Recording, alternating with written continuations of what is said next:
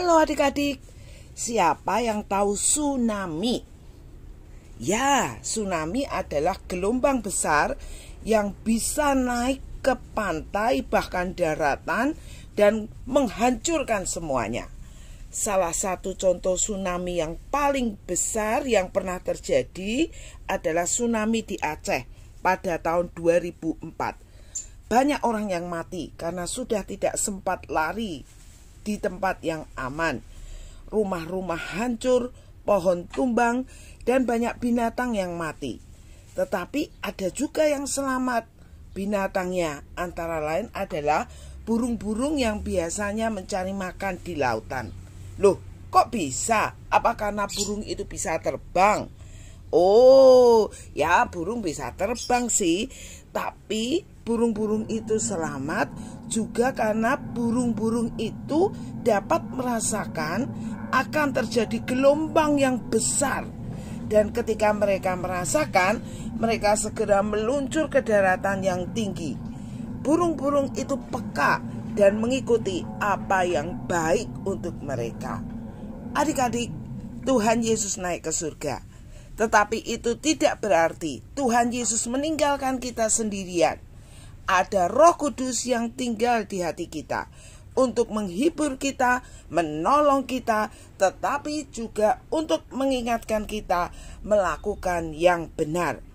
Yohanes 16 ayat 13 menulis, "Pada saat Roh kebenaran datang, Dia akan memimpin kamu ke dalam seluruh kebenaran." Yang perlu kita lakukan adalah mendengar dan mentaati suara kebenaran itu. Bagaimana kita tahu bahwa itu suara Roh Kudus? Adik-adik suka baca Alkitab kan? Dengar firman Tuhan di sekolah minggu kan? Atau kadang-kadang mendengarkan sapaan firman anak kan? Nah, firman Tuhan atau Alkitab itu adalah suara Tuhan. Itu adalah apa yang Tuhan inginkan untuk kita lakukan di dalam kehidupan kita.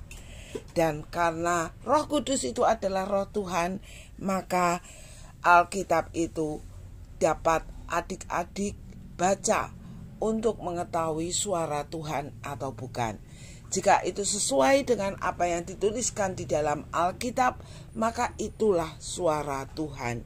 Jika itu yang sesuai dengan apa yang Tuhan inginkan untuk kita lakukan, itulah suara Roh Kudus. Adik-adik, marilah kita peka untuk mendengarkan suara Roh Kudus agar hidup kita ini menjadi baik.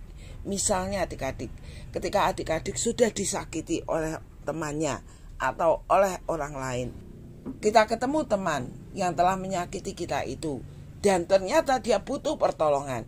Nah, kadang-kadang di dalam hati kita terdengar suara, tolong saja dia, lupakan apa yang sudah dia lakukan.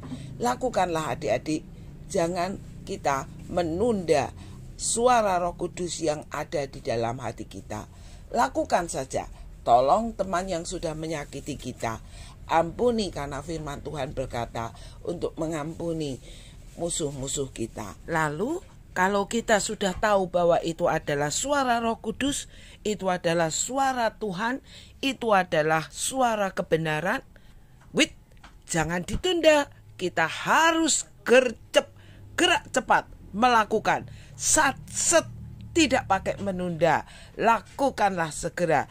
Tidak usah menimbang-nimbang, tidak usah mikir-mikir, lakukan saja apa yang menjadi suara kebenaran. Oke adik-adik, sampai berjumpa kembali di sapaan firman anak selanjutnya. Bye-bye.